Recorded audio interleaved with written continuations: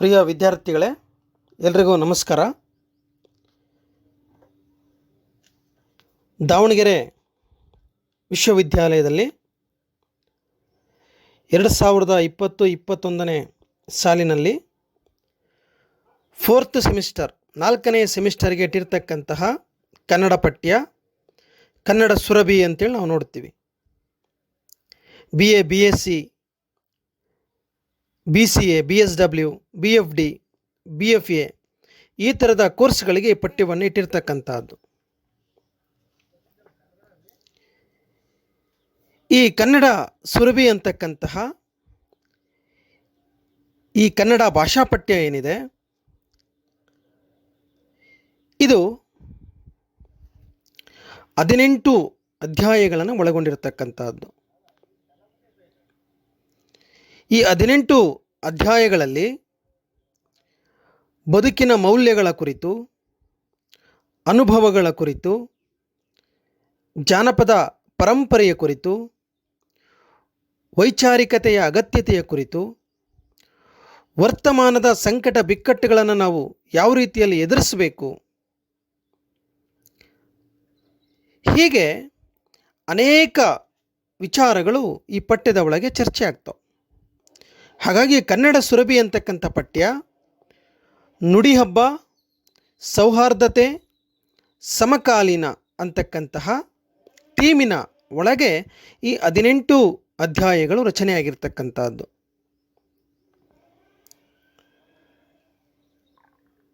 ನುಡಿಗೆ ಸಂಬಂಧಪಟ್ಟ ಹಾಗೆ, ಭಾಷೆಗೆ ಸಂಬಂಧಪಟ್ಟ ಹಾಗೆ, ಪ್ರದೇಶಕ್ಕೆ ಸಂಬಂಧಿಸಿದ ಹಾಗೆ, ಸಹಬಾಳ್ವೆಗೆ ಸಂಬಂಧಿಸಿದ ಹಾಗೆ, ಇವತ್ತಿನ ಸಮಕಾಲೀನ ವಿಚಾರಗಳ ಕುರಿತ ಹಾಗೆ ಅನೇಕ ಪಠ್ಯಗಳು ಚರ್ಚೆ ಮಾಡ್ತವೆ. ಹಾಗಾಗಿ ಇವತ್ತಿನ ತರಗತಿಯಲ್ಲಿ ಈ ಕನ್ನಡ ಸುರಭಿ ಅಂತಕ್ಕಂತಹ ಪಠ್ಯದಲ್ಲಿ ಬರ್ತಕ್ಕಂತಹ 18 ಅಧ್ಯಾಯಗಳ ಒಂದು ಸಂಕ್ಷಿಪ್ತ ಪರಿಚಯವನ್ನು ನಾವು ಇವತ್ತಿನ ತರಗತಿಯಲ್ಲಿ ನಾವು ಚರ್ಚೆ ಮಾಡೋಣ. ಮೊದಲ ಅಧ್ಯಾಯ ಶ್ರೀಮತಿ ವಜ್ರಜಂಗರ ಸಹಮರಣಂ ಅಂತೇಳಿ ನೋಡ್ತೀವಿ. ಇದು ಪಂಪನಿಂದ ರಚಿತವಾಗಿರ್ತಕ್ಕಂತಹ ಆದಿಪುರಾಣದಿಂದ ಆರಿಸಿಕೊಂಡಿಟ್ಟಿರ್ತಕ್ಕಂಥ ಪಠ್ಯ, ಕಾವ್ಯಭಾಗ. ಶ್ರೀಮತಿ ಮತ್ತು ವಜ್ರಜಂಗರ ನಡುವೆ ಇದ್ದಂತಹ ದಾಂಪತ್ಯ ಪ್ರೇಮ ಯಾವ ನೆಲೆಯದ್ದು, ಇವರಿಬ್ಬರೂ ಕೂಡ ಸಾವಿನಲ್ಲಿ ಒಂದಾದ ಪರಿ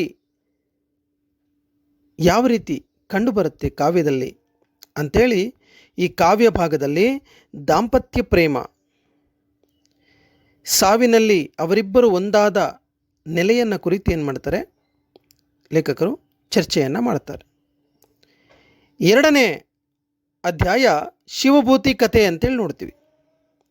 ದುರ್ಗಸಿಂಹನ ಪಂಚತಂತ್ರ ಕಥೆಗಳಲ್ಲಿ ಒಂದಾಗಿರ್ತಕ್ಕಂತಹ ಶಿವಭೂತಿ ಕಥೆಯಲ್ಲಿ ಶಿವಭೂತಿ ಅಂತಕ್ಕಂಥ ಒಬ್ಬ ಬ್ರಾಹ್ಮಣನ ವ್ಯಕ್ತಿತ್ವ ಹೇಗೆ ಕಂಡುಬರುತ್ತೆ,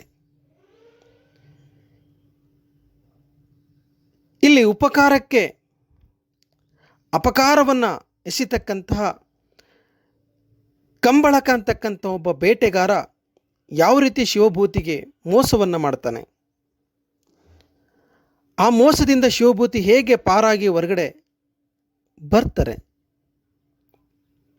ಹಾಗೂ ಇಂತಹ ವನ್ಯಜೀವಿಗಳ ಜೊತೆಗೆ ಶಿವಭೂತಿ ಯಾವ ರೀತಿ ಸಂವಾದವನ್ನು ಸತ್ಕಾರವನ್ನು ಪಡಿತಾರೆ ಅಂತಕ್ಕಂಥ ವಿಚಾರಗಳು ಈ ಕಥೆಯ ಒಳಗೆ ಚರ್ಚೆ ಆಗ್ತವೆ. ಮೂರನೇ ಅಧ್ಯಾಯ ಕನ್ನಡ ಮೆನಿಪ್ಪನಾಡು ಚೆಲ್ವಾಯಿತು ಅಂಥೇಳಿ ಆಂಡಯ್ಯ ಅವರು ಬರೆದಿರ್ತಕ್ಕಂಥ ಗಬ್ಬಿಗರ ಕಾವ್ಯದಿಂದ ಆರಿಸ್ಕೊಂಡಿಟ್ಟಿರ್ತಕ್ಕಂಥ ಪದ್ಯ. ಕನ್ನಡ ಮೆನಿಪ್ಪನಾಡು ಚೆಲ್ವಾಯಿತು ಅಂತೇಳಿ ಹೇಳ್ತಾರೆ. ಈ ಪದ್ಯ ಭಾಗದಲ್ಲಿ ಕನ್ನಡ ನಾಡಿನ ವರ್ಣನೆ ಅಂತಕ್ಕಂಥದ್ದು, ಪ್ರಕೃತಿಯ ಸೌಂದರ್ಯ ಅಂತಕ್ಕಂಥದ್ದು ಈ ಕಾವ್ಯ ಭಾಗದಲ್ಲಿ ಹೇಗೆ ವ್ಯಕ್ತವಾಗಿದೆ, ಹೇಗೆ ಪ್ರಕೃತಿ ಮತ್ತು ನಾಡಿನ ವರ್ಣನೆಯನ್ನು ಆಂಡಯ್ಯ ಅವರು ತಮ್ಮ ಕೃತಿಯಲ್ಲಿ ಮಾಡಿದ್ದಾರೆ, ಈ ಭಾಗದಲ್ಲಿ ಮಾಡಿದ್ದಾರೆ ಅಂತಕ್ಕಂಥದ್ದನ್ನು ನಾವು ಗಮನಿಸ್ಬೋದು. ನಾಲ್ಕನೇ ಅಧ್ಯಾಯ ಪುಷ್ಪರಗಳೆ ಅಂತೇಳಿ ನೋಡ್ತೀವಿ. ಹರಿಹರನ ರಗಳೆಗಳಲ್ಲಿ ಒಂದಾದ ಪುಷ್ಪರಗಳೆಯಿಂದ ಆಯ್ದ ಭಾಗ. ಈ ಪುಷ್ಪರಗಳೆಯಲ್ಲಿ ಪ್ರಕೃತಿಯ ಸೌಂದರ್ಯ, ಈ ಪ್ರಕೃತಿಯ ಜೊತೆಗೆ ಹರಿಹರನ ಸಂವಾದ ಅಂತಕ್ಕಂಥದ್ದು ಯಾವ ಬಗೆಯಲ್ಲಿ ನಡೆಯುತ್ತೆ, ಹಾಗೆ ಹಂಪೆಯ ವಿರೂಪಾಕ್ಷನನ್ನು ಯಾವ ಯಾವ ಯಾವ ಹೂಗಳಿಂದ ಹೇಗೆ ಪೂಜೆಯನ್ನು ಮಾಡ್ತಾರೆ ಅಂತಕ್ಕಂಥ ವಿವರಗಳು ಇದರಲ್ಲಿ ಚರ್ಚೆ ಆಗುತ್ತೆ.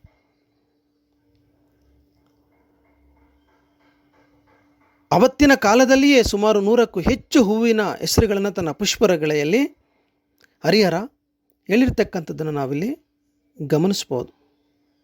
ಹಾಗಾಗಿ ಹಂಪೆಯ ವಿರೂಪಾಕ್ಷನನ್ನು ಯಾವ ರೀತಿಯಲ್ಲಿ ಪೂಜಿಸ್ತಾರೆ, ಯಾವ ರೀತಿಯಲ್ಲಿ ಪ್ರಕೃತಿಯ ಜೊತೆಗೆ ಸಂವಾದವನ್ನು ನಡೆಸ್ತಾರೆ ಅಂತಕ್ಕಂಥ ವಿಚಾರಗಳಲ್ಲಿ ಬಹುಮುಖ್ಯವಾಗಿ ನಾವು ಗಮನಿಸಬೇಕಾಗತ್ತೆ. 5ನೇ ಅಧ್ಯಾಯ ಭೀಮಣ್ಣ ಮುದೇಗೌಡರ ದರಖಾಸ್ತು ಭೂಮಿಲಿ ಗೇದ ಪರ್ವ ಅಂತೇಳಿದೆ. ಈ ಭಾಗದಲ್ಲಿ ಮಹಾಭಾರತದಲ್ಲಿ ಬರ್ತಕ್ಕಂಥ ಭೀಮನನ್ನು ಜನಪದಿಯರು ಯಾವ ರೀತಿಯಲ್ಲಿ ಕಂಡಿದ್ದಾರೆ, ಇದನ್ನು ಸಿದ್ದಶೆಟ್ಟಿ ಮತ್ತು ಡಾಕ್ಟರ್ ಪಿ ಕೆ ರಾಜಶೇಖರ್ ಅವರು ಸಂಗ್ರಹಿಸಿರ್ತಕ್ಕಂತಹ ಭಾಗ. ಈ ಮುದೇಗೌಡರ ಬೀಳು ಬಿದ್ದ ಭೂಮಿಯಲ್ಲಿ ಭೀಮನು ಯಾವ ರೀತಿಯಲ್ಲಿ ಕೆಲಸ ಮಾಡ್ತಾನೆ, ಭೀಮ ಮಾಡಿರ್ತಕ್ಕಂಥ ಕೆಲಕ್ಕೆ ಅಥವಾ ಶ್ರಮಕ್ಕೆ ಅವನಿಗೆ ದೊರೆತಂತಹ ಕೂಲಿಯ ಪ್ರತಿಫಲವನ್ನು ನೋಡಿ ಧರ್ಮರಾಯ ಯಾವ ರೀತಿಯಲ್ಲಿ ಬುದ್ಧಿವಾದವನ್ನು ಹೇಳ್ತಾನೆ, ಭೀಮ ಯಾವ ರೀತಿಯಲ್ಲಿ ಮುಂದುವರಿತಾನೆ ಅಂತಕ್ಕಂಥ ವಿಚಾರಗಳು ಇಲ್ಲಿ ಚರ್ಚೆಯಾಗ್ತವೆ. 6ನೇ ಭಾಗ ತೊಗಲುಗೊಂಬೆಯ ಆತ್ಮಕಥೆ. ಉಷಾ ಅವರು ಬರೆದಿರ್ತಕ್ಕಂತಹ 6ನೇ ಅಧ್ಯಾಯ ತೊಗಲುಗೊಂಬೆಯ ಆತ್ಮಕಥೆ ಅಂತೇಳಿ ನೋಡ್ತೀವಿ. ತೊಗಲುಗೊಂಬೆಯ ಆತ್ಮಕಥೆಯಲ್ಲಿ ಹೆಣ್ಣಿನ ಭಾವನೆಗಳು, ಬಿಡುಗಡೆಗಾಗಿ ಹಂಬಲಿಸ್ತಕ್ಕಂತಹ ಮನಸ್ಥಿತಿ, ಅಸಹಾಯಕತೆ, ಇಲ್ಲಿ ಬರ್ತಕ್ಕಂಥ ಕೆಲವು ಪಾತ್ರಗಳ ಕುರಿತು ಚರ್ಚೆ ಅಂತಕ್ಕಂಥದ್ದು ಈ ಪಠ್ಯ ಭಾಗದಲ್ಲಿ ಆಗುತ್ತೆ. ಹೆಣ್ಣಿನ ಭಾವನೆಗಳನ್ನು, ಅವಳ ಹಂಬಲವನ್ನು, ಅವಳ ಅಸಹಾಯಕತೆಯನ್ನು ಉಷಾ ಅವರು ಇಲ್ಲಿ ಕಟ್ಟಿಕೊಟ್ಟಿದ್ದಾರೆ. 7ನೇ ಅಧ್ಯಾಯ ಡೋಗ್ರಿ ಪದ್ಯಗಳು ಅಂಥೇಳಿ ಡಾಕ್ಟರ್ ಕೆ ಎಸ್ ವೈಶಾಲಿ ಅವರು ಬರೆದಿರತಕ್ಕಂತಹ ಪಠ್ಯಭಾಗ. ಅವರು ಡೋಗ್ರಿ ಅಂತಕ್ಕಂಥದ್ದು ಪಂಜಾಬಿನ ಒಂದು ಉಪಭಾಷೆ. ಇವರು ಪಂಜಾಬಿನ ಉಪಭಾಷೆಯಾಗಿರ್ತಕ್ಕಂಥ ಡೋಗ್ರಿ ಪದ್ಯಗಳಿಂದ ಕನ್ನಡಕ್ಕೆ ನನ್ನ ಹುಡುಗಿ ಈಗೇನಾದರೂ ಆಗಿದ್ದರೆ ಅಂತೇಳಿ ಒಂದು ಪದ್ಯವನ್ನು ಅನುವಾದ ಮಾಡಿ ಸಂಗ್ರಹಿಸಿ ಕೊಟ್ಟಿದ್ದಾರೆ. ಇದರಲ್ಲಿ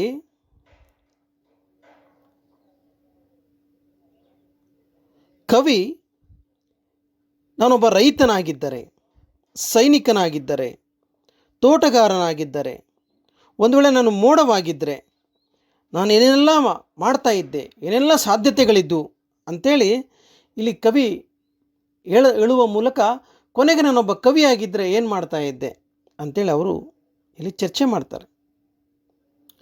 ಕೊನೆಗೆ ನಾನೊಬ್ಬ ಕವಿ ಮಾತ್ರ, ಹಾಗಾಗಿ ಬರಬೇಡ ನನ್ನೆಡೆಗೆ ಪ್ರೀತಿಯನ್ನರಸಿ ಅಂತೇಳಿ ಅವರು ಕೊನೆಯಲ್ಲಿ ಹೇಳ್ತಕ್ಕಂತಹ ಸಾಲುಗಳು ನಮಗೆ ಇಡೀ ಪಟ್ಟಿಯಲ್ಲಿರ್ತಕ್ಕಂತಹ ಆತ್ಮೀಯ ಪ್ರೀತಿ ಅಂತಕ್ಕಂಥದ್ದು ನಮಗೆ ಕಂಡುಬರುತ್ತೆ. 8ನೇ ಅಧ್ಯಾಯ ಮಂತ್ರವೊಂದು ನನ್ನ ಬಳಿ ಇದ್ದಿದ್ದರೆ, ಅರಿಫ್ ರಾಜ ಅವರು ಬರೆದಿರ್ತಕ್ಕಂತಹ ಪದ್ಯ. ನಮ್ಮ ಕೈಗೆ ಏನಾದರೂ ಒಂದು ಮಂತ್ರಶಕ್ತಿ, ಒಂದು ಮಂತ್ರದಂಡ ಇದ್ದಿದ್ರೆ ನಿಮ್ಗೆ ಏನೇನು ಬೇಕು ಅಂದಿದ್ರೆ, ಇವತ್ತಿನ ಕಾಲಕ್ಕೆ ನಾವೇನು ಮಾಡ್ತಾ ಇದ್ದೀವಿ, ಒಂದು ಮನೆ ಬೇಕು, ಅಥವಾ ಬೈಕ್ ಬೇಕು, ಕಾರ್ ಬೇಕು, ಇಲ್ಲ ಮೊಬೈಲ್ ಫೋನ್ ಬೇಕು, ಐಫೋನ್ ಬೇಕು ಅಂತೇನೋ ಕೇಳ್ತಿದ್ವಿ ನಾವು. ಆದರೆ ಅರಿಫ್ ರಾಜರಿಗೆ ನನಗೊಂದು ಮಂತ್ರದಂಡ ಸಿಕ್ಕಿದ್ರೆ ನಾನು ಏನು ಕೇಳ್ತಾ ಇದ್ದೆ ಅಂಥೇಳಿ ಪದ್ಯಭಾಗದಲ್ಲಿ ಅವರು ಚರ್ಚೆ ಮಾಡ್ತಾರೆ. ಎಲ್ಲರ ಬದುಕನ್ನು ಹಸನಾಗಿಸುವ ಈ ಮಂತ್ರ ಒಬ್ಬ ಒಳ್ಳೆಯ ವ್ಯಕ್ತಿಯ ಕೈಗೆ ಸಿಕ್ಕಿದ್ದೇ ಆದರೆ ಅವನು ಈ ವ್ಯವಸ್ಥೆಯ ಕುರಿತು, ಈ ಸಮಾಜದ ಕುರಿತು ಏನೆಲ್ಲ ಆಕಾಂಕ್ಷೆಯನ್ನು ಇಟ್ಕೊಂಡಿರ್ತಿದ್ದ, ಕೇಳ್ಕೊಳ್ತಾ ಇದ್ದ ಅಂತಕ್ಕಂತಹ ಒಂದು ಸೌಹಾರ್ದತೆಯ ನೆಲೆಯಲ್ಲಿ ನಾವು ಈ ಪದ್ಯವನ್ನು ಗಮನಿಸ್ಬೋದು. ಇನ್ನು 9ನೇ ಅಧ್ಯಾಯ ಅವ್ವ ಅಂಥೇಳಿ ನಾವು ಪದ್ಯವನ್ನು ಡಾಕ್ಟರ್ ಎಲ್ ಹನುಮಂತಯ್ಯ ಅವರು ಬರೆದಿರ್ತಕ್ಕಂಥದ್ದನ್ನು ಗಮನಿಸ್ಬೋದು.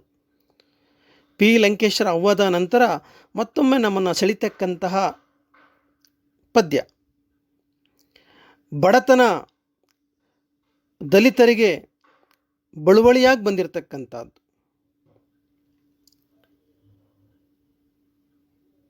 ಹಾಗಾಗಿ ಇಂತಹ ಬಡತನದಲ್ಲಿರ್ತಕ್ಕಂತಹ ಹನುಮಂತಯ್ಯ ಅವರು ತನ್ನ ಅವ್ವನ ವ್ಯಕ್ತಿತ್ವವನ್ನು ನಮಗಿಲ್ಲಿ ಕಟ್ಟಿಕೊಡ್ತಾರೆ.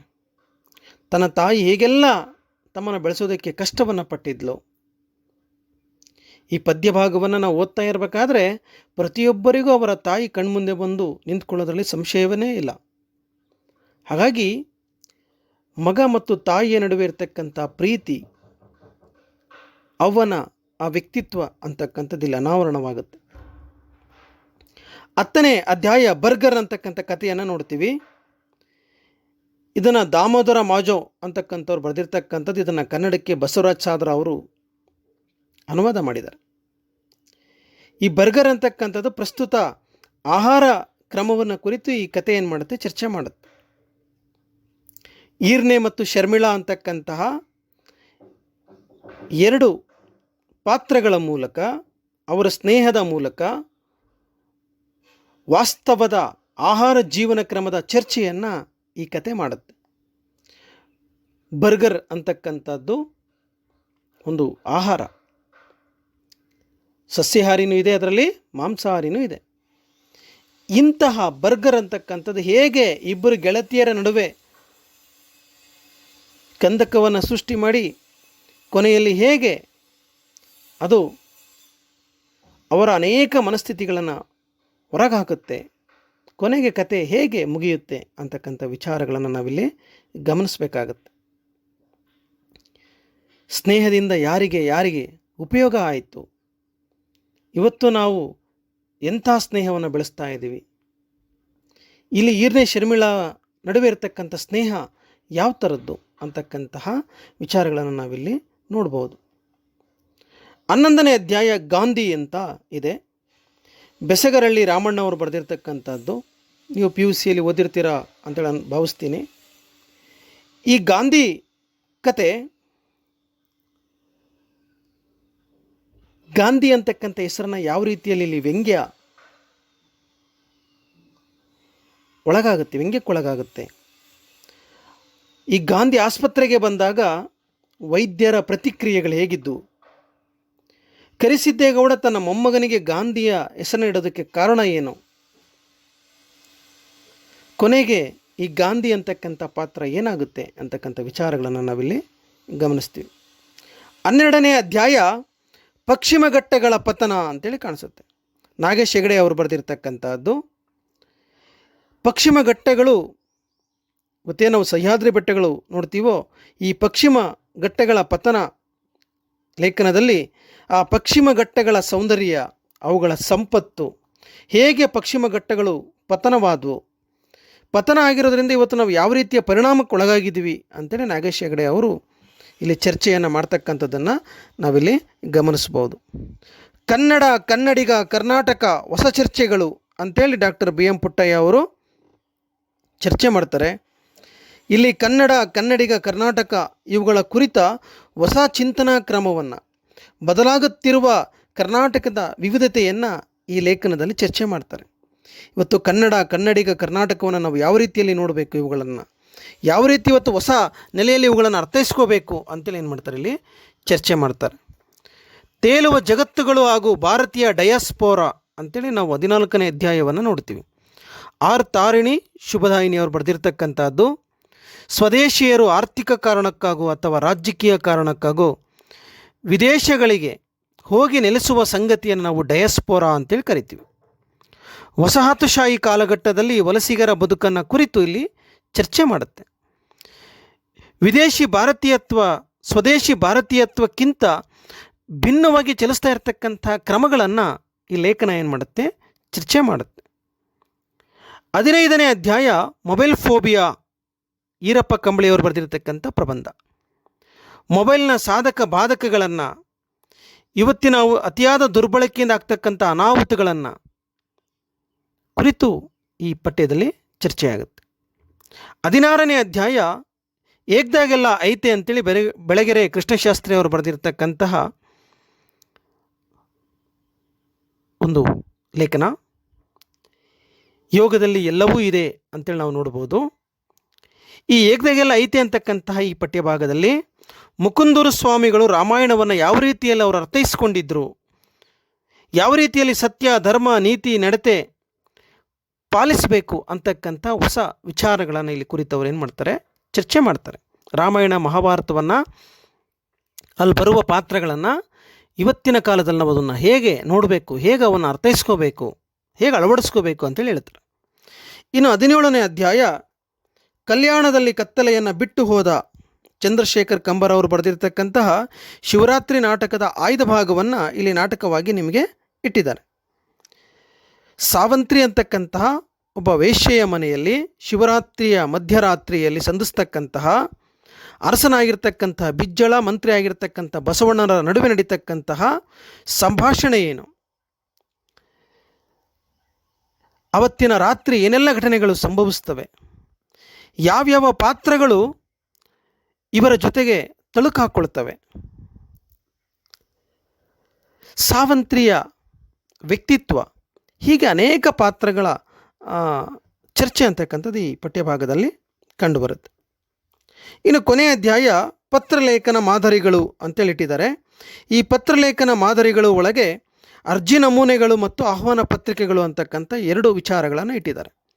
ಇವತ್ತು ನಾವು ಅರ್ಜಿ ಅಂದ್ರೇನು, ಅರ್ಜಿಗಳನ್ನು ನಾವು ಹೇಗೆ ಬರೆಯಬೇಕು, ಒಂದು ನಗರಸಭೆಗೆ ಬರೀತಕ್ಕಂಥದ್ದಾಗಿರ್ಬೋದು, ಅಥವಾ ವಿದ್ಯುತ್ ಸರಬರಾಜು ಕಂಪನಿಗೆ ಬರೀತಕ್ಕಂಥದ್ದಾಗಿರಬಹುದು, ಅಥವಾ ನಾವು ಒಂದು ರಜೆ ಕೋರಿ ಬರೀತಕ್ಕಂಥ ಪತ್ರ ಆಗಿರ್ಬೋದು. ಅರ್ಜಿಗಳು ಹೇಗಿರಬೇಕು, ಅದರ ಮಾದರಿ ಹೇಗಿರಬೇಕು, ಒಂದು ಇನ್ವಿಟೇಷನ್, ಒಂದು ಆಹ್ವಾನ ಪತ್ರಿಕೆ ಅಂತಕ್ಕಂಥದ್ದನ್ನು ನಾವು ಯಾವ ರೀತಿ ಸಿದ್ಧಪಡಿಸಬೇಕು, ಹೇಗೆ ನಾವು ಕಾರ್ಯಕ್ರಮವನ್ನು ರೂಪಿಸ್ಕೋಬೇಕು, ಯಾವ ರೀತಿ ಕಾರ್ಯಕ್ರಮವನ್ನು ನಡೆಸಬೇಕು, ಈ ಥರದ ವಿಚಾರಗಳು ಈ ಕೊನೆಯ ಪಠ್ಯದಲ್ಲಿ ಚರ್ಚೆ ಆಗ್ತಕ್ಕಂಥದ್ದನ್ನು ನಾವು ಕಾಣಬಹುದು. ಹೀಗೆ ನುಡಿಹಬ್ಬ, ಸೌಹಾರ್ದತೆ ಮತ್ತು ಸಮಕಾಲೀನ ಅಂತಕ್ಕಂತಹ ಥೀಮಿನಲ್ಲಿ ಕನ್ನಡ ಸುರಭಿ ಅಂತಕ್ಕಂಥ ಭಾಷಾ ಪಠ್ಯ ನಿರ್ಮಾಣ ಆಗಿರ್ತಕ್ಕಂಥದ್ದು, ರಚನೆ ಆಗಿರ್ತಕ್ಕಂಥದ್ದು. ಹಾಗಾಗಿ ವಿದ್ಯಾರ್ಥಿಗಳು ಈ ಸಂಕ್ಷಿಪ್ತ ವಿಚಾರಗಳನ್ನು ಇಟ್ಕೊಂಡು ಈ ಪಠ್ಯವನ್ನು, ಒಂದೊಂದೇ ಅಧ್ಯಾಯವನ್ನು ನಾವು ಮುಂದಿನ ತರಗತಿಗಳಲ್ಲಿ ವಿಸ್ತಾರವಾಗಿ ಆ ಪಠ್ಯಗಳ ಕುರಿತು ನಾವು ಚರ್ಚೆಯನ್ನು ಮಾಡೋಣ. ಎಲ್ರಿಗೂ ಕೂಡ ನಮಸ್ಕಾರ.